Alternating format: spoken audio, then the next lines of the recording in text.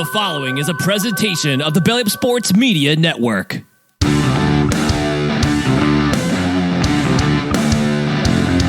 1420 Sports Bar Podcast, 4 beer of sports talk and a whole lot more. Join host Brent Radlinsky as he bellies up to the bar and gets the conversations going that'll make you think you're sitting in your local watering room. It's sports, beer, and shenanigans, so sit back, grab a few beers, and let's get in. The 1420 Sports Bar Podcast, 4 beer of sports talk and a whole lot more. Tonight's show, as always, is brought to you by SeatGeek.com. The SeatGeek app. Use promo code 1420SEAT at SeatGeek.com today and save you $20 on your first purchase. Remember, we are part of the Belly Up Sports Network. Go to bellyupsports.com for all their great articles and other great podcasts as well. But tonight we are joined by no other friend of the show. I've been on his show a number of times. Tonight it's his premiere episode over here at the 1420 Sports Bar. Lou Ganlon from the Captain Lou Extravaganza over there on 12-ounce sports. Lou, first time in 2025. How you doing tonight, my friend? Oh, Brent, I'm doing fantastic. It's great to be talking sports with you. A little bit of everything as we kick off 2025. It's a great time to be a sports fan in the Detroit area. I saw a stat yesterday. The Red Wings got beat, but I think of all the Detroit teams and the Michigan college basketball teams were like 34-2 or something in the month of January. It's insane. It is. It's something you're not. You guys had a rough 1980s, but then in the 90s, all of a sudden it starts rolling a little bit. Michigan isn't nothing to laugh at anymore. It used to be kind of like, oh well, whatever, Michigan, yeah, okay, whatever, get to the dance. But the reason, like a few weeks back, a week and a half ago, we started talking baseball, and there was a great fall. We'll get to him in half a second. But before we get going here, I really want to give the old 1420 tip of the cap to Bob Uecker, who passed away today at the age of 90. And a lot of people don't know who Uecker was, and Mr. Baseball, and a great humorist. People know him from the movie Major League, obviously, but Uecker was so much more than that. I remember he was a Mr. Belvedere, for crying out loud, a lot of years ago. But even like he was in the locker room with the Brewers this year when they won the division and everything else. Give us your thoughts on the late, but obviously always great Bob Uecker. Well, Bob was one of the guys that I looked up to back when I was a kid. I aspired to be a play-by-play guy in the major league, or, in baseball or football, whatever. And I was lucky enough living in Upper Michigan. I was a Tigers fan, but for the majority of the year, we would get the Brewers games on the radio. So I had Ernie Harwell and I had Bob Uecker. I mean, it didn't get much better than that for me. So he brings back a lot of good memories. I can still remember when they beat the Tigers in 81, I believe it was, to clinch the strike shortened season, the second half. Yeah. And I think he was still drunk on the final game of that weekend, and he admitted it. Just a class act. Like you said, the humor, the one-liners, kind of like Yogi Berra. I mean, the one that always comes to mind to me is when they asked him how he caught a knuckleball. He said he waited till it stopped rolling and then he picked it up. It's unfortunate that we lost a baseball giant and a personality that'll never be matched. And a lot of great memories again in the 70s, listening to him in the 80s. He's going to be missed. That's for sure. And that's the one thing. We'll get to the tweet you responded to a few weeks back in a second here. But the voice of baseball. Like I maybe a little old school here, but the games happen. But the guys who can tell a story behind the game, and a good broadcaster is they're not hard to find. But the baseball is such a poetic game because you have to tell a story behind the game, because you can just say, yeah, John got a hit, and then what? And there's so much more to it than just that. And Uecker had one of those ways.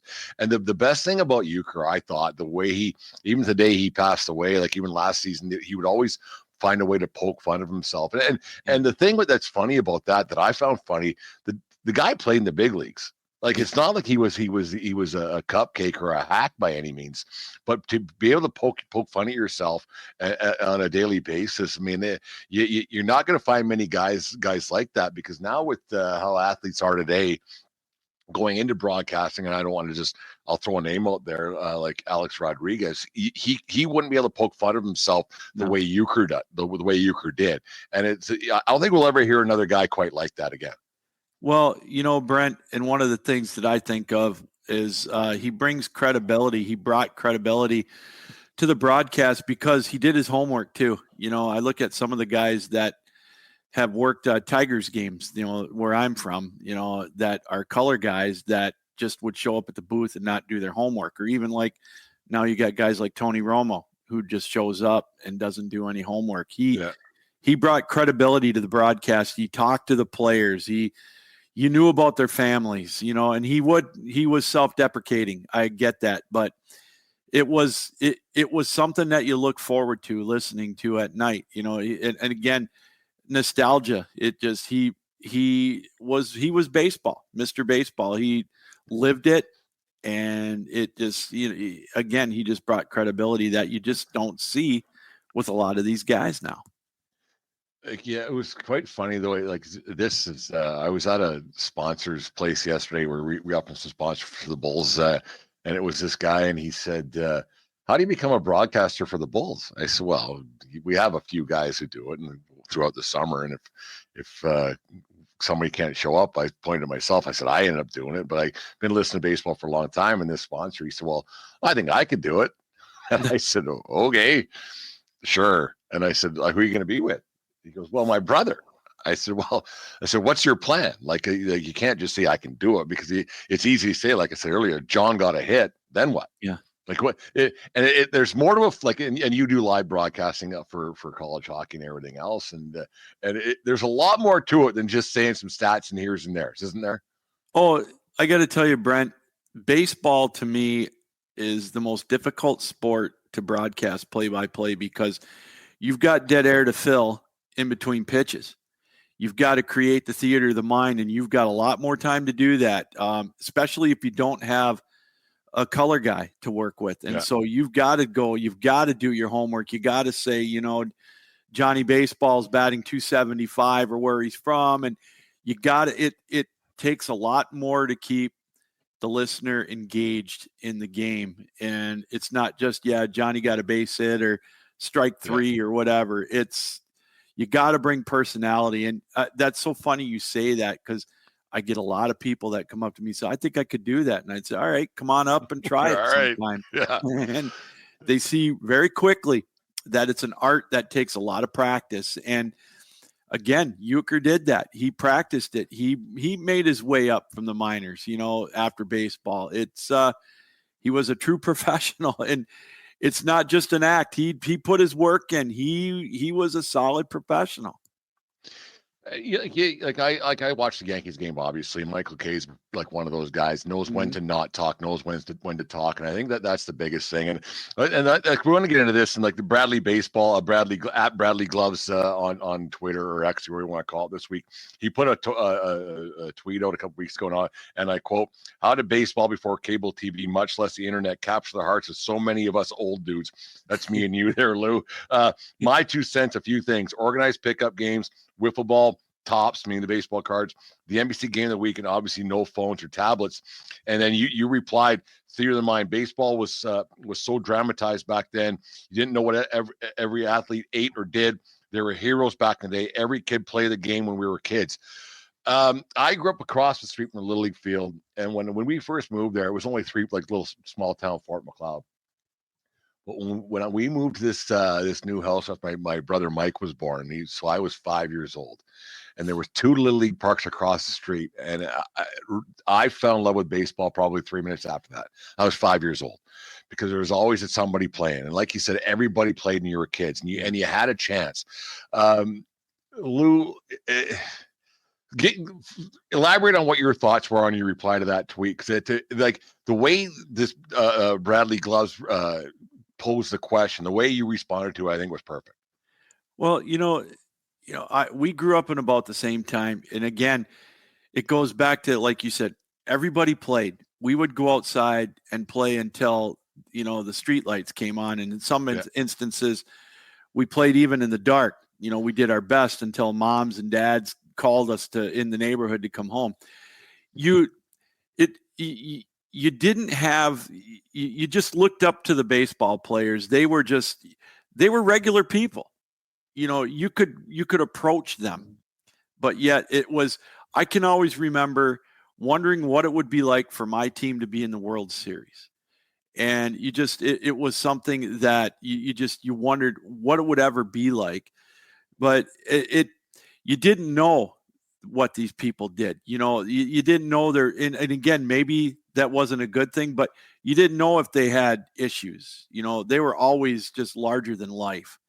And as a child, you dreamed of it. It was a dream, and you got to play the game all the time, and you didn't have access to it every game on TV every night. I think I've told you this before.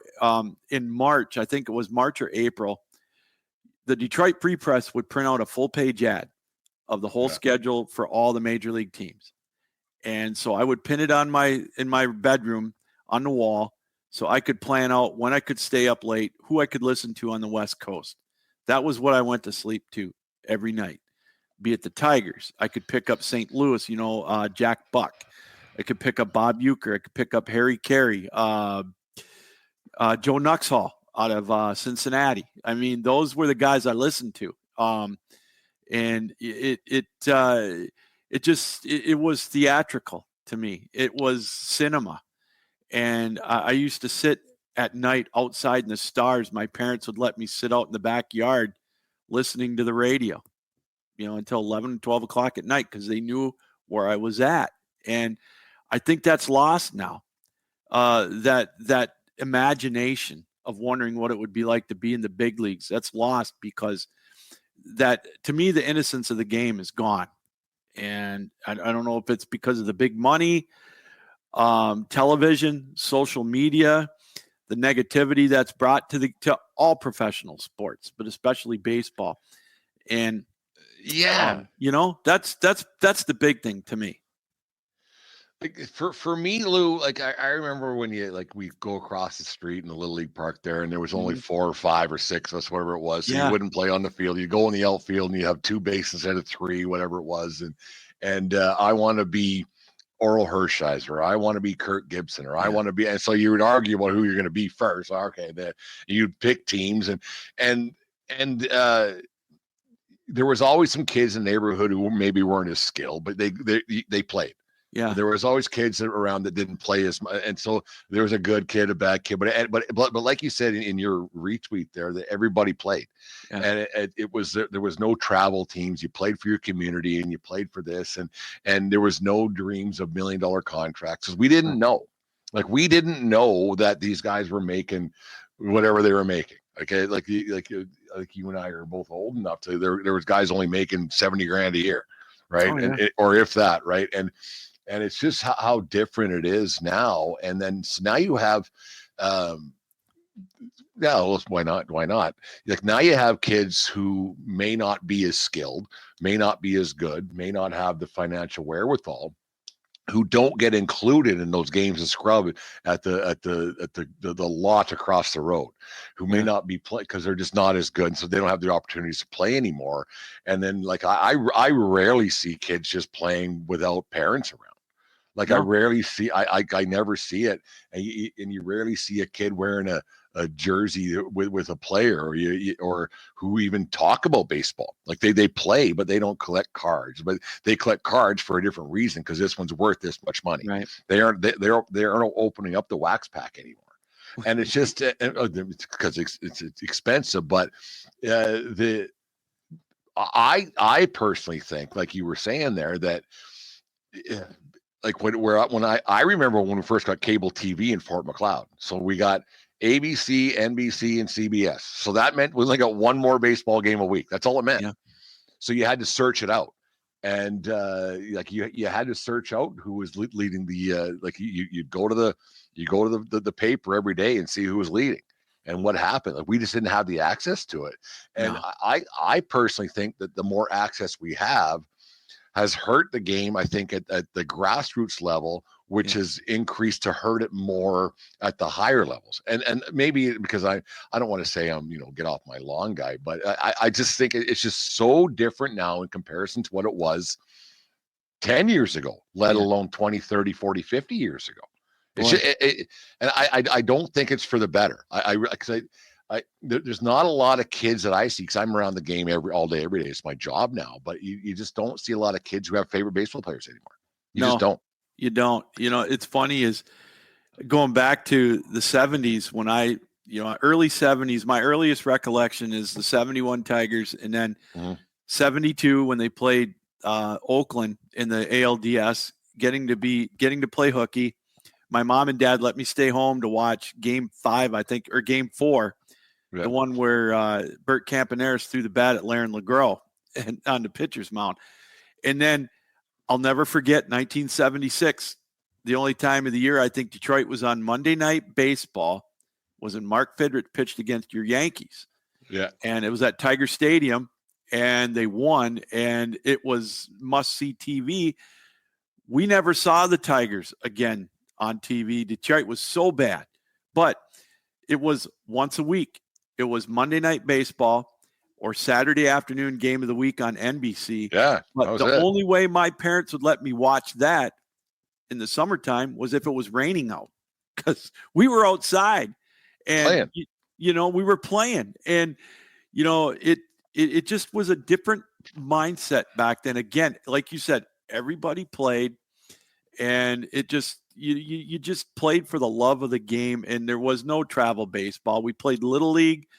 The highlight of my baseball career was when I made the Munising All-Star teams as a 12-year-old, getting to play Marquette and K.I. Sawyer. And we got beat in the second game. We were done. But, I mean, it just, you lived for that. Those were but as a guy who wanted to be a play-by-play guy, again, I used to memorize all the rosters. Now, granted, there was only 12 teams in each league back then, 6 in the East and 6 in the West, I think, or 5 and 5, whatever it was. But you knew the stadiums, you knew the players, you knew the announcer, you knew everybody. And now it's just a different time. And I think the innocence is gone with the advent of social media and all the money that these guys are making. That's just it. I mean, if somebody offered you or I $22 million to do whatever we're doing, we'd say, yeah. So you can't blame the athletes. You can't blame it because it's just the way it is. I'm glad you brought up your Little League experience, because I get in arguments all the time at the office about baseball and about how these travel teams and the elite kids should only play with elite kids. And I said, I don't think that's true, because only 1% of the elite kids make it anyways. Right. So I said, where I grew up in my little town there, the year that we beat, because I live in Lethbridge now, half an hour down the road, but our little team that could, we finally beat Lethbridge. And it was just a bunch of kids. So we had, like in McLeod there, we had a league with just enough kids in our town. Right.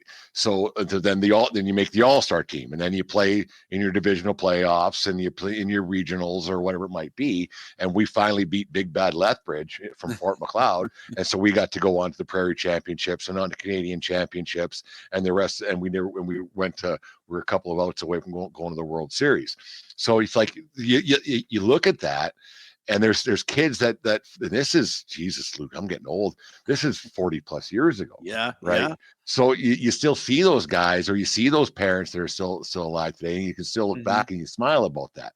Mm-hmm. And I don't think that now with these travel teams where they just make these teams up, and if Billy's parents has enough money and on, they make these teams and they go to these tournaments, don't mean anything. And so like the romanticism of baseball is gone because of that.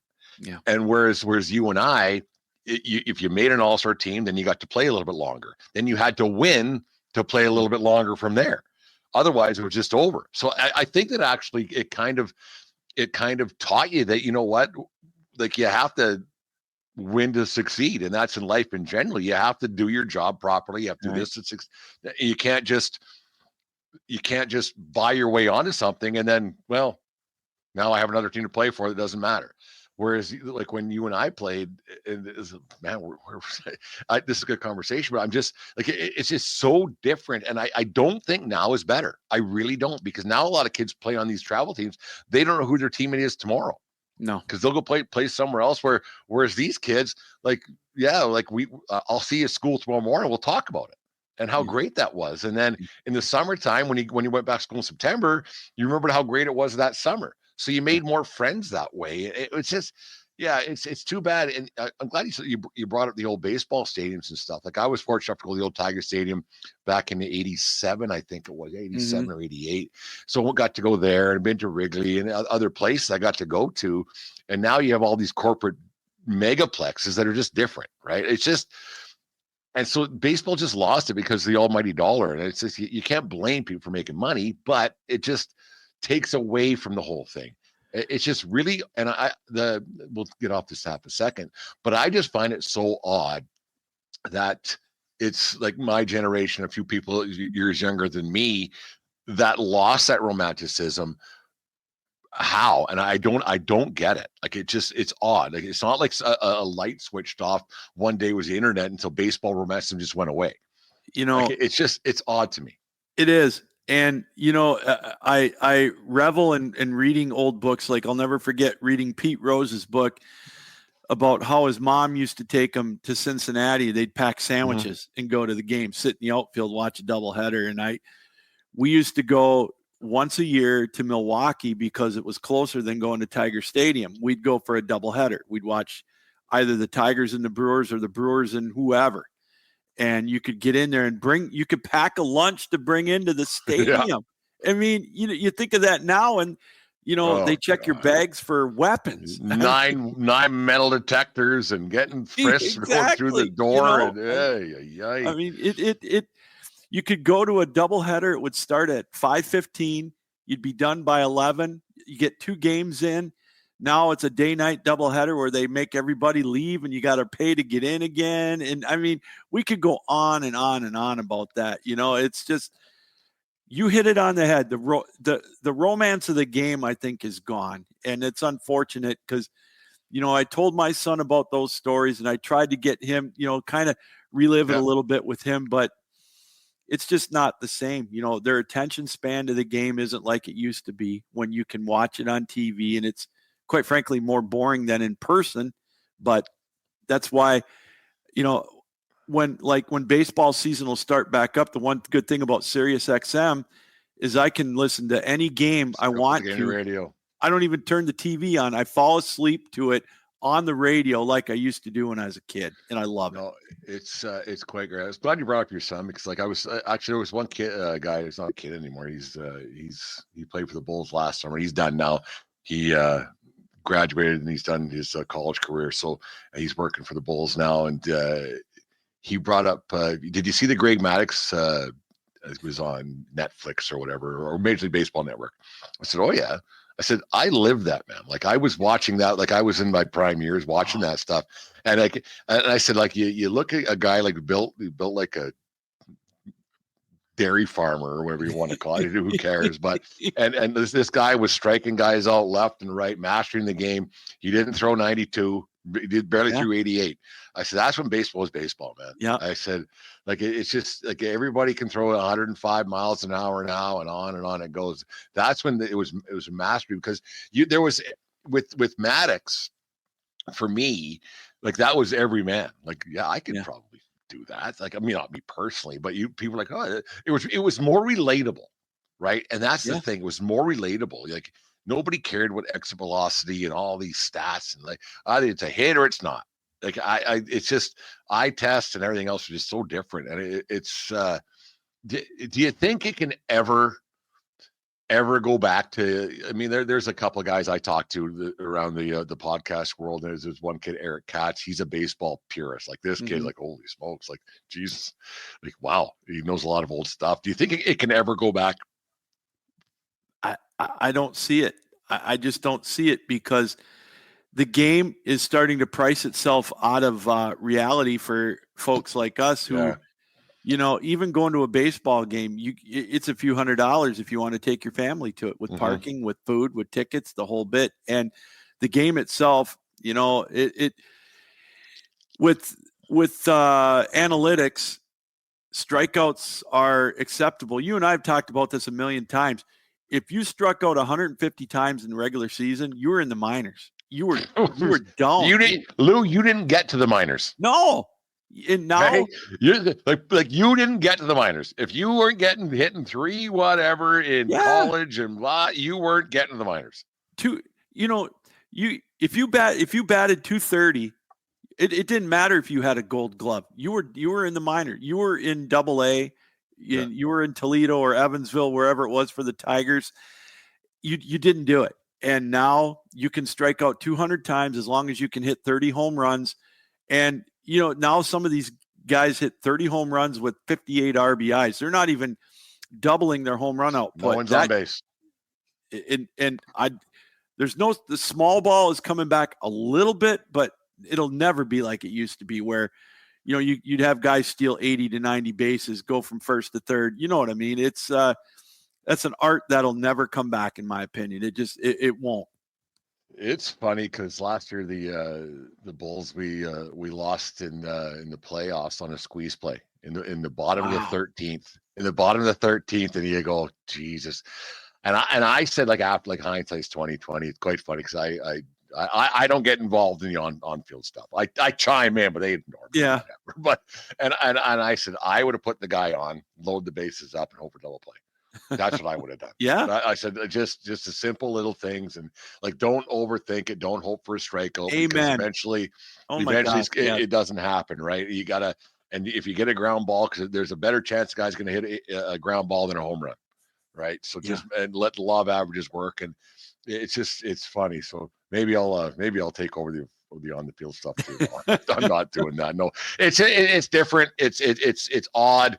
It doesn't make sense, and kids just don't watch it. And I think because I personally think, you look back, like you were saying earlier, that if you had, because it was only on once a week, you would watch once a week. Yeah. Now it's always on. I'll catch the game tomorrow. And before you know it, you're at 162, didn't watch a game. Yeah. So maybe just over infiltrated, I guess. I don't know. It's just, there's a few kids that like it, but most, even in the team that I'm with, the most of them don't, they watch, but they're not invested. Mm-hmm. It's weird. It's just really, really strange. It's how it goes from one generation to the next. It just doesn't. Anyways, it's odd.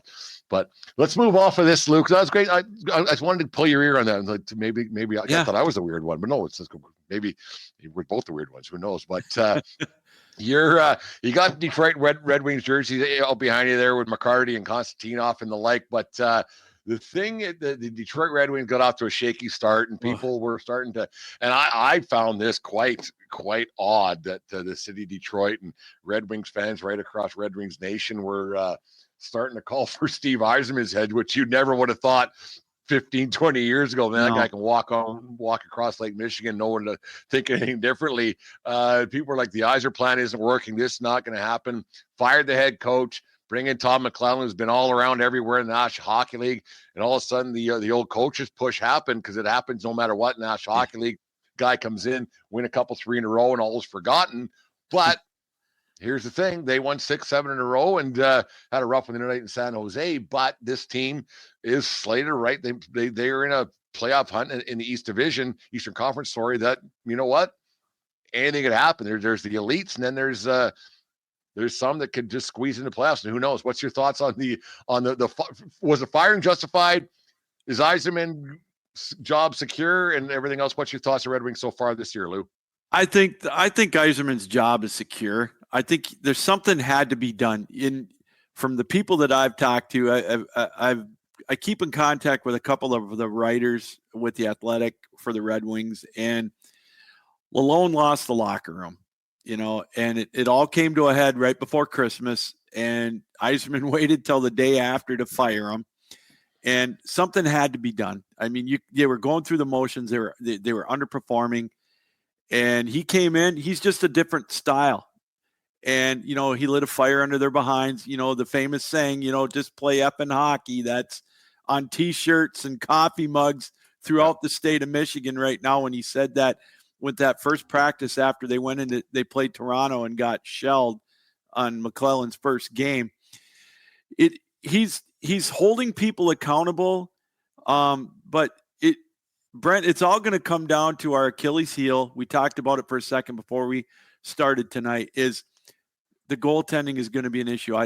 Cam Talbot's a decent goalie, but to me, he's not a Stanley Cup goalie. And they've got Alex Lyons hurt again. They had Ville Husso the other night because they needed to give Talbot a break, and he got shelled. I think that eventually they're going to have to bring up Sebastian Cossa from Grand Rapids. I think he's a good talent. The one to keep an eye on that I've watched in college that he just won the juniors for the Americans is Augustine. Yeah. I've been hearing. Yeah, whatever. Yeah. He's good. I mean, he's from my arch rival because of me being a Michigan guy. He plays for state, but he's a stone wall. But I saw a stat, though, you saw some of these other teams that made coaching changes and they got hot, then they've leveled off. They're coming into a stretch right now. They've got the Florida trip. They're tied with Toronto, or actually they just went ahead of Florida tonight 2-1. But they got to play Tampa. Then they've got like a 5-game road trip coming up. We'll see what happens after that. They've got a big stretch of road games. I think 23 out of their final 39 games are on the road. So that's going to be tough. You know how close they were last year making the playoffs, and I think everybody said they've got to make it this year. And they started off so slowly that I don't know if Lalonde was afraid to play the younger kids, but it's going to be fun to see what, if anything, they do at the trade deadline if they're close. They're just so close to making the playoffs. I don't think they're nearly at that Stanley Cup level, to play for a cup yet. But it's like I said last year, I think you and I talked about it.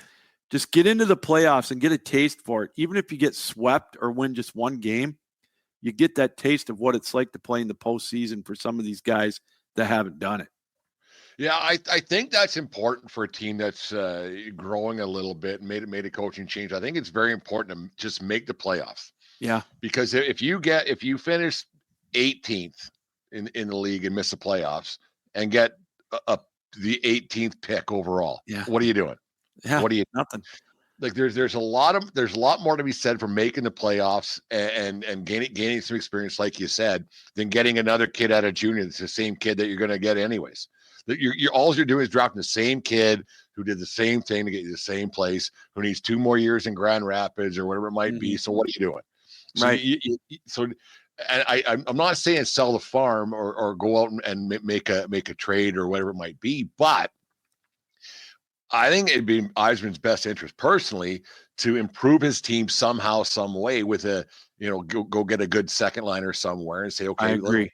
Let's do something, because there's nothing worse than mediocrity, because mediocrity breeds mediocrity. And before you know it, you're 10 years down the road and all the guys you signed to $8 million a year are already gone. Yeah. So you might as well try to do something, because if you don't do something this year, then when? Like, what are you doing this year? And then so it's harder to get free agents next year, and it goes, and it's just it's odd to me. There must have been a reason why Patrick Kane signed there. He must have seen something different, because Kane's no slouch. He's a Hall of Famer. Oh. He's going somewhere. All on and on it goes. If he was going to play his career and pad his stats and right off the sunset, he just went to hometown Buffalo. So he must have seen something with Detroit saying, you know what, we might have some fun here and see what can happen. And I just find it odd that Yzerman and Kane would have came to a deal and not been better. Like, it just seems like and goaltending always helps. Like I've always said, you show me a good goalie, I'll show you a good coach. Yeah. Well, it's one of those things. And they've signed, some good foreign talent, and they're building it up, but sooner or later they got to let the kids play. You got to let's see what they got. If you're going to, like you said, if they're going to stick where they're 17th, 18th or whatever, just on the outside looking in, knocking on the door, you got to see what you got. And I think that was one of the things that Lalonde didn't want to do now, was his hand being tied by Yzerman or Draper or whoever. I don't know. But getting back to the change, they had to do it. I mean, some of the veterans were tuning them out. Mo Sider was tuning Rasmussen. You know, there's still a few people on there. I don't know why they're playing. I don't know why Jeff Petrie is still playing with Detroit. I don't get it. Sherratt sometimes is very puzzling to me. He has good games and he stinks to join up. I don't know. I mean, it's so funny. Detroit was a destination place to go. They made the playoffs 25 straight years. But boy, once you lose it, it is so hard to get it back. The Blackhawks are going through it now. I mean, you got to break through. They got to figure something out. I don't know if it's trying to trade for a goaltender or whatever, but yeah, they got to make something. They just got to do something to either play the young guys or make the trade to get somebody to get in there. Because once you get that taste, you build on it and you're right back up. Winning is such a fine line, especially in National Hockey League. Like you can do whatever you got to do, and you can have the best two of the best top 5 players in the world, like the Oilers have. And they didn't win anything either. They got the finals, and they're really good. But now what, right? So it's so tough, and free agency and everything else. And Detroit's not exactly a destination, and no. People want to go to different places and taxes and all. Like, it's just tough. And and when you get a chance, and like Eisman came with some pretty good pedigree, because let's face it, he built those Tampa championship teams down there. And maybe he thought it was gonna be easy as well. And maybe I don't know. Like he saw, obviously he saw a lot of the glory years in all the glory years in Detroit, but it was a different era when Ilitch could just stroke a check and say, "Here you go," because he like the Red Wings used to have players calling what's his name, Kenny Holland. Kenny Holland wanting to go there because you know what, they had a chance to win every year. Yeah. How much you want to play? Play $4 million. Okay, come in. Like Robitaille. Yeah, whatever. Come on over. So it's just a lot. It's just a different era. Like it is. Let's not go into the Yankees, because you can't buy a World Series. You can't. Like, let's not. But the top 4 teams that spent money were the top final 4 teams in the playoffs this year. But I've asked this number of guests lately. Are you for a salary cap or against a salary cap? Or you're like, every sport's a little different? Or what's your take on a salary cap? I go back and forth on it. I've never begrudged I'm the same way, I've never begrudged the Yankees for spending the money, because they've got the network to back it up. They do their homework. It's legal. You know what? I'm more of a luxury tax kind of guy, because if you're willing to spend it, then maybe you should pay a luxury tax on it. I'm not a big salary cap guy. Maybe it's because the Red Wings were so successful back then, but what a lot of people this generation fails to realize too is Detroit went decades without winning a Stanley Cup. Again, we go back to the 70s. The old 70s, 80s, the old Norris division. There wasn't many Stanley Cups coming out of there. Like, boy. And they used to have to give away cars in the early 80s to get people to go to the games. They were so bad. Yeah, my cousin played for the Leafs back in the 80s. I remember the old Norris division. Oh God, yes. I mean, we would, when they did the playoff format where you played the first 2 rounds in your own division, Detroit would win it a couple of years. Then they'd go up against the Oilers, and they'd get spanked in the conference finals every year. It wouldn't even go 4 games. They were done in 3. Like, we're done. We're good. I remember in '88 they won the first game. In that series. And it was such a carbon copy of when they played the Canadiens in the 70s, the greatest Montreal team of all time, and Detroit beat them in the first game. And then I think they got outscored by 15 goals in the next 4 games or something like that, 16 goals. Scotty Bowman just put the foot down back then. So that's enough of that. Yeah, but I think if you can build within your system and then you get it to free agents, I don't think there should be a cap. And you're a Yankee guy. You can buy anybody you want, but you still got to have some homegrown talent and develop it. Yeah. And I think that's what you guys do.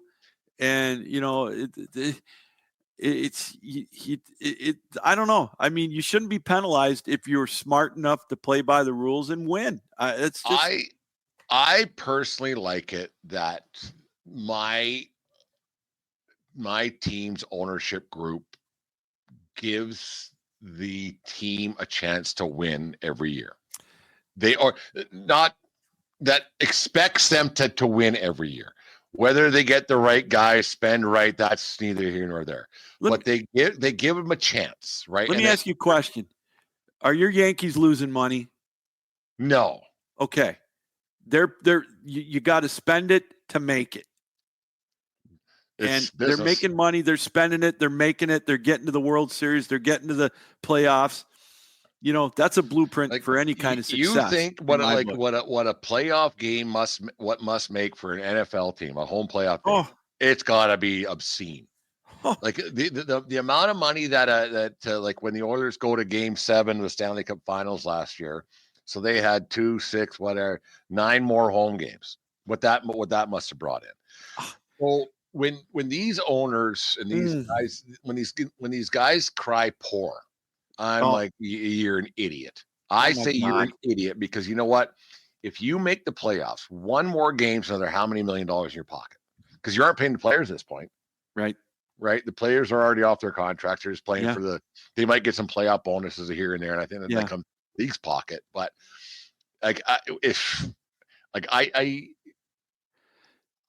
like the salary cap to an extent because it does hold some owners at bay, because the only reason why there is a cap is because owners are stupid and they'll just keep spending and spending and spending and spending and spending.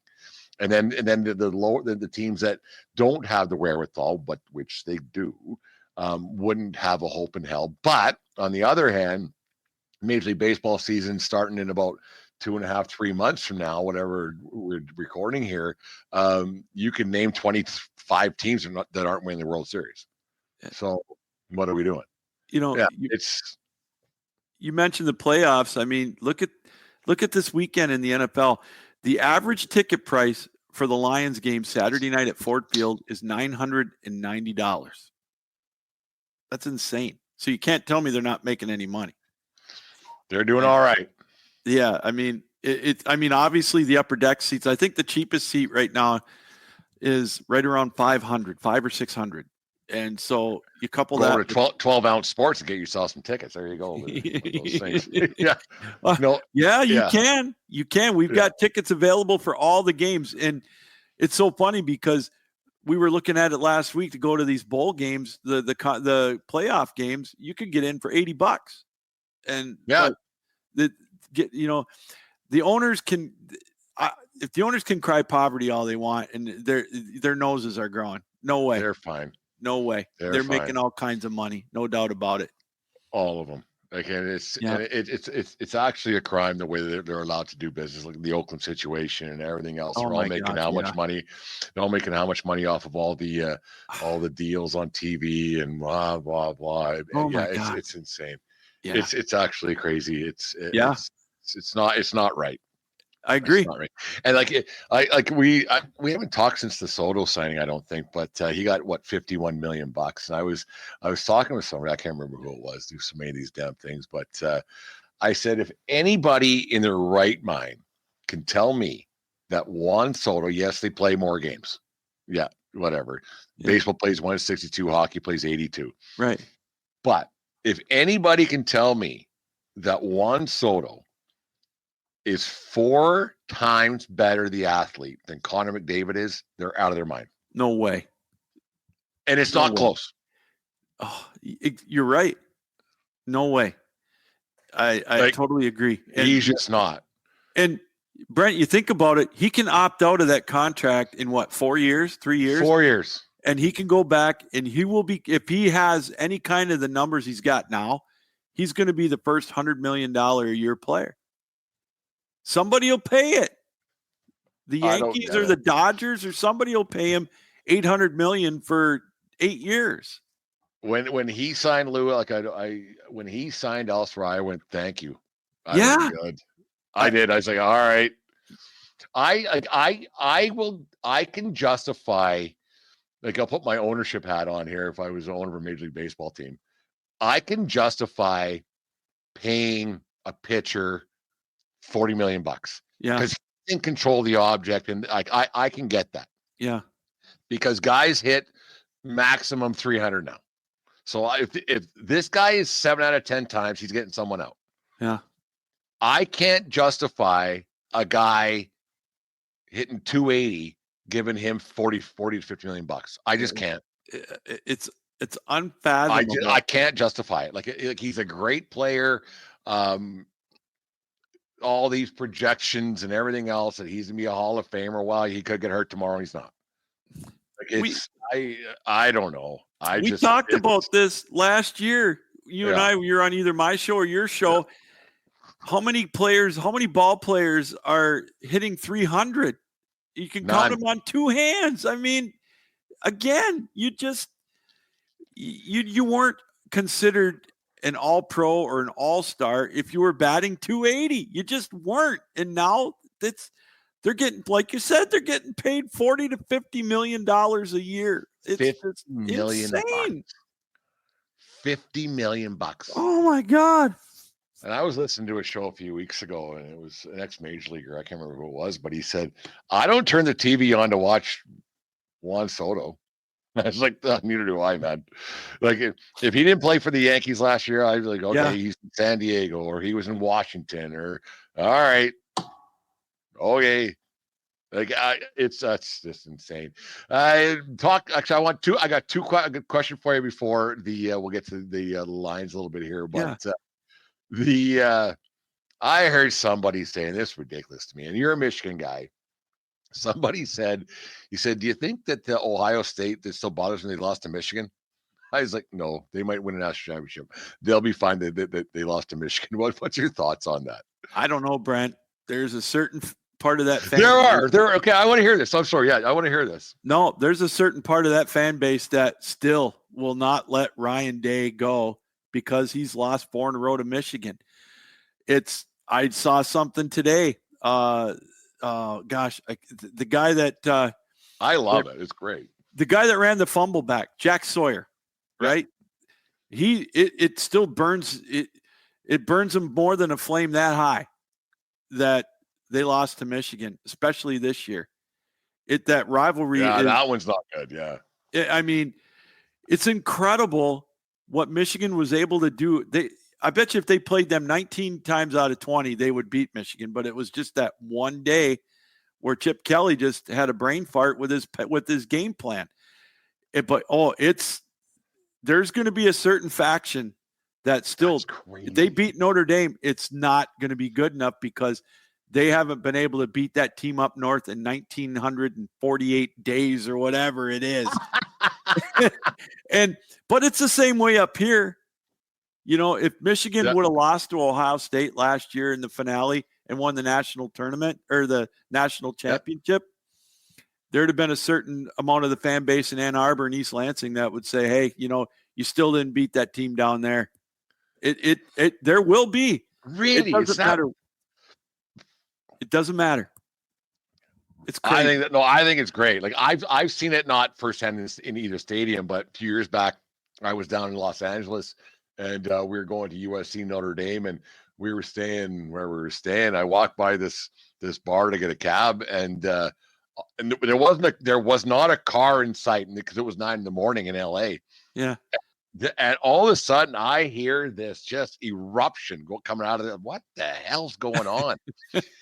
So I walked in there because it was afternoon game, so we were going out to do some tailgate and have a good time at the LA Coliseum. And I walk in, and it's this sea of red jerseys. It was an Ohio State bar. I'm like, what the hell?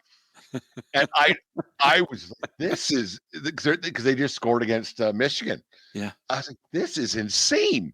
Oh, like the game, and like my girlfriend, she was my sister were tearing up the emotion that was coming through.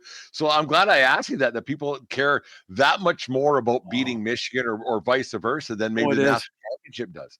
That's great. It is. I mean, it's funny is I think it's great.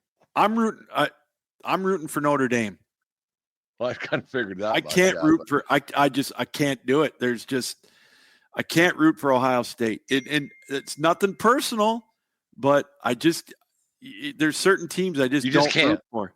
Can't root for. You bleed blue. It's red blood coming out of your. Yeah. My dad would be rolling in his grave if he found out I was rooting for Ohio State. That ain't happening. I hope Notre Dame beats them. I think it's a 9.5 point spread right now. No one's giving Notre Dame a chance to win, but no one gave Notre Dame a chance to win a lot of times. I think Notre Dame's really good. I'm taking the points. I think Notre Dame has a chance to win this game. I do too. I think the points is a lock. I think that Notre Dame is better. I mean, they're there. Do you like the format? I do. Yeah. I would tweak it. And put, some of not give the conference champions an automatic berth, or actually, you know what? I'd almost leave it. But what I would do, Brent, is I would reseed after the opening round like they do in the NFL. Yeah. And I think they do it, with the NHL and the NBA. I would reseed it. Because the conference champions didn't do so well when it all comes down to it.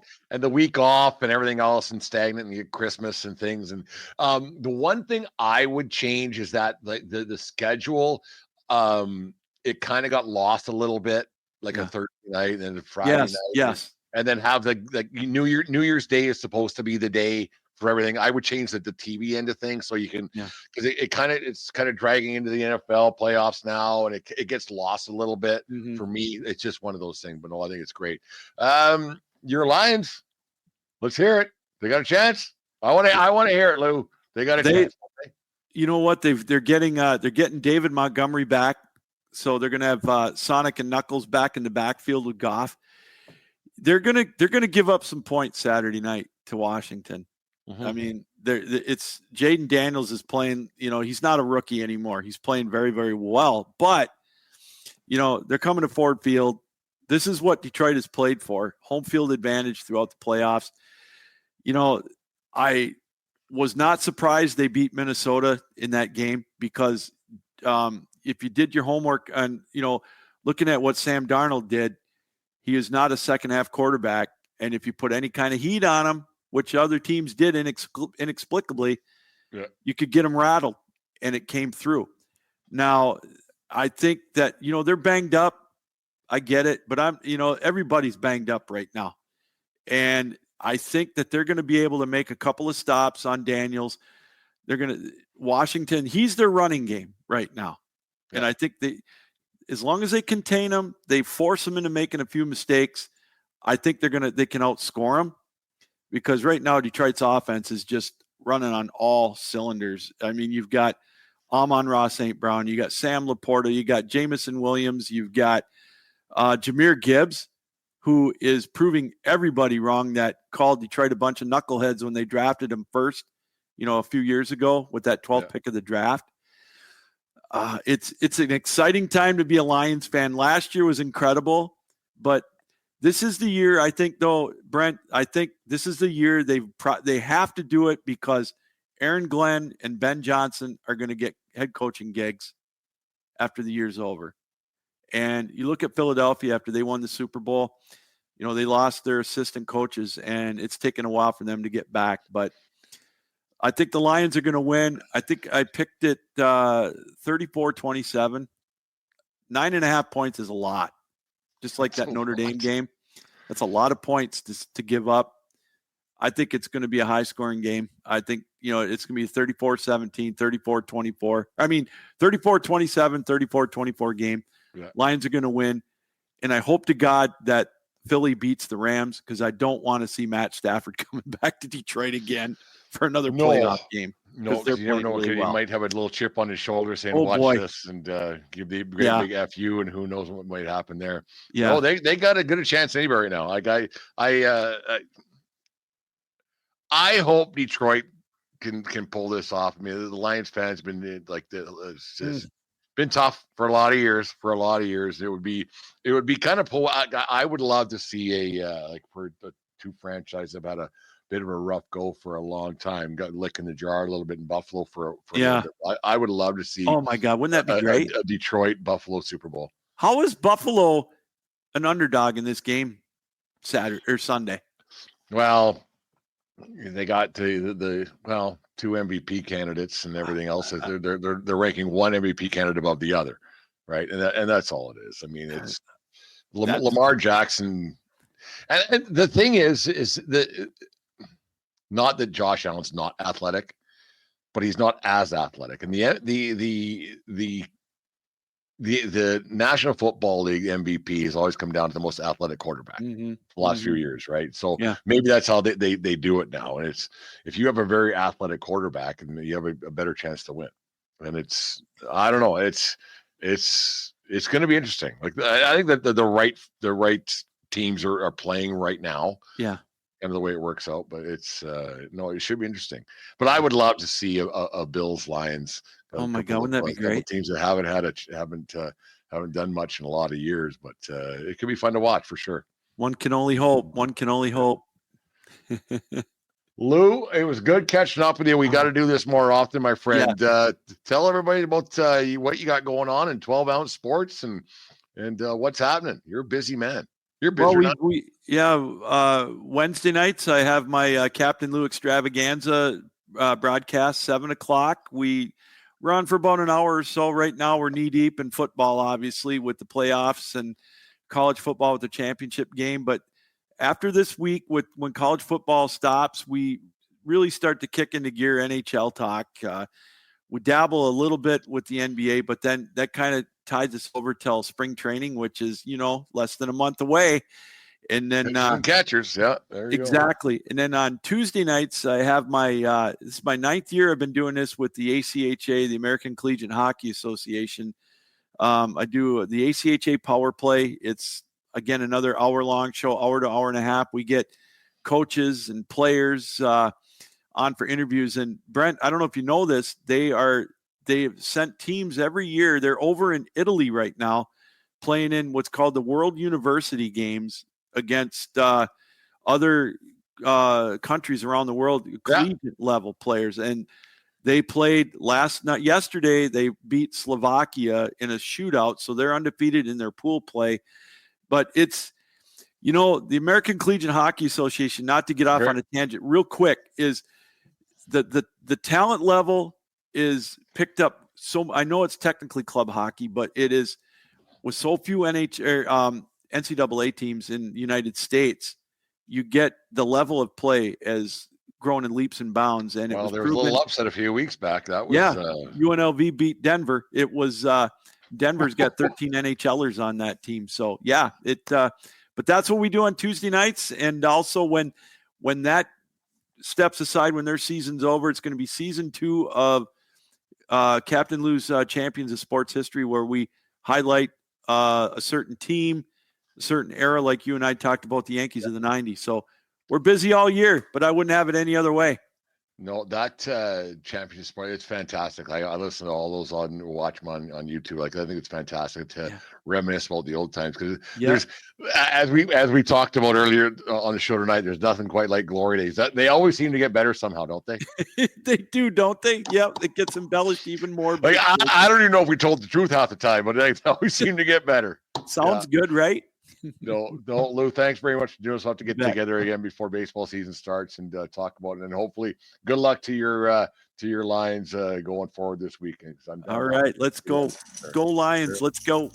There you go. The 1420 Sports Bar podcast, 4 beer sports talk, and a whole lot more. The show is brought to you by SeatGeek.com. SeatGeek app. Use promo code 1420SEAT and save yourself $20 on your first purchase. Check out the Captain Lou Extravaganza and 12-ounce sports. Save yourself some money, some tickets there as well, and everything else. Thanks very much, everybody, and have a great night. And remember, smart people bunt, and it doesn't matter where you are.